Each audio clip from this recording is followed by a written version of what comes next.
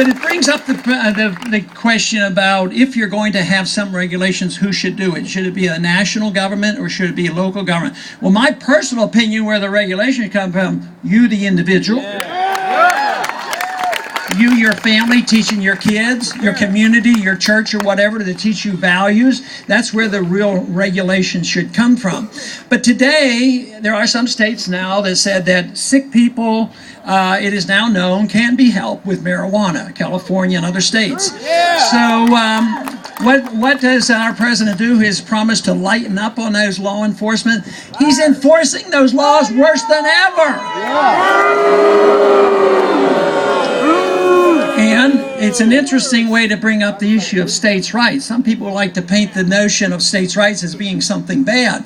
But conservatives talk about states' rights. Sometimes they follow them, sometimes they don't. But liberals should understand, well, maybe it should be the state prerogative of what they should do in how this should be administered. This is essentially what happens with alcohol. The national prohibition of alcohol was a disaster. And we woke up and finally said, no, it's not that alcohol isn't dangerous. Matter of fact, I think most people in this country know that alcohol is many, many-fold more dangerous than marijuana.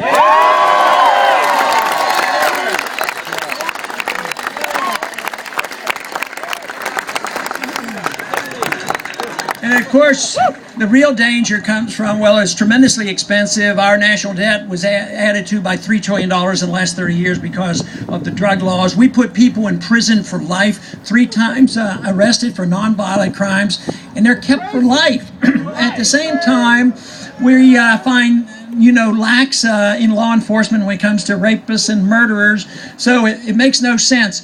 We have 5% of the world population. We have 25% of the world prisoners.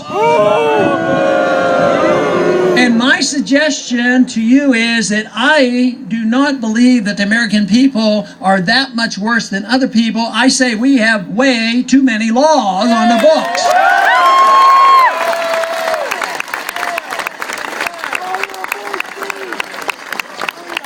Of course, along with the National Defense Authorization Act on January 1st, there were 40,000 new laws placed on our books. Now, what I would like to be is the first president to get rid of 40,000 useless laws.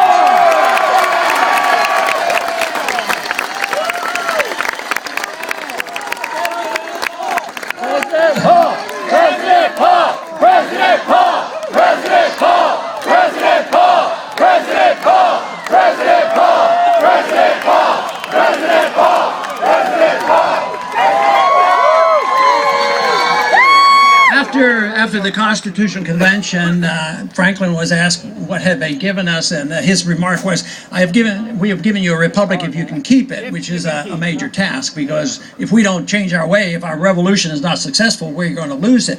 But they had a high disregard for pure democracy, not the democratic process of electing leaders, but the process of letting the majority dictate against the minority.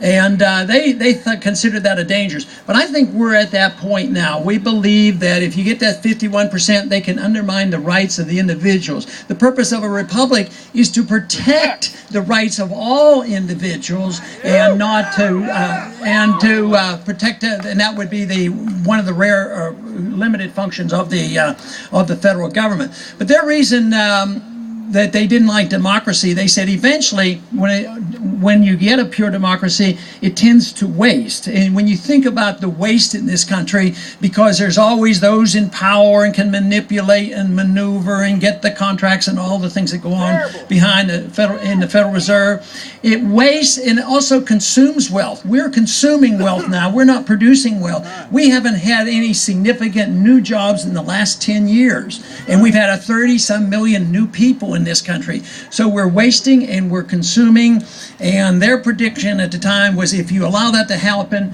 you will self-destruct. Now, the Soviet system self-destructed. It was predictable because that type of system isn't functionable. But our system isn't functional either. It's not as ruthless as communism, but in a way it's wasteful and it consumes. It's built on debt. It's built on paper money and the powerful special interests. And and it's becoming known that the groups are lining up. You know, the 99 and 1, and we got to tax the rich and this sort of thing. Now, I'm not for taxing the rich if they honestly earn their living. That's okay.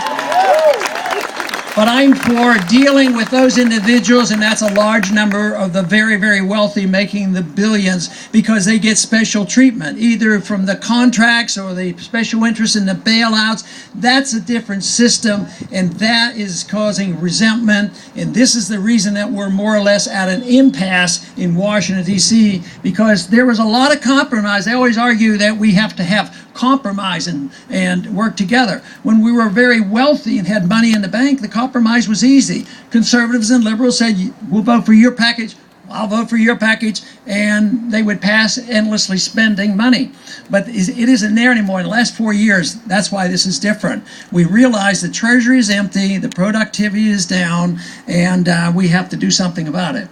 That means to produce, you can't have the government in the way. What you have to have is a clear understanding of property rights.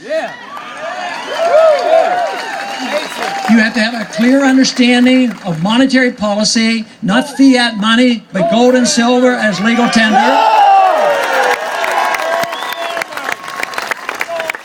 You have to have a government that will support and enforce contracts, not violate contracts on purpose. The contract is very important. So it's not like there wouldn't be regulations in a free market, but they would be tough. They talk about, well, there was lack of regulation, that's why we had the financial crisis. But that isn't true. We had the wrong kind of regulations that weren't working, and it would have been much easier to go through bankruptcy and punish the people who overextended themselves rather than buying the bad debt and dumping it on the American people behind the scenes in a deceitful manner.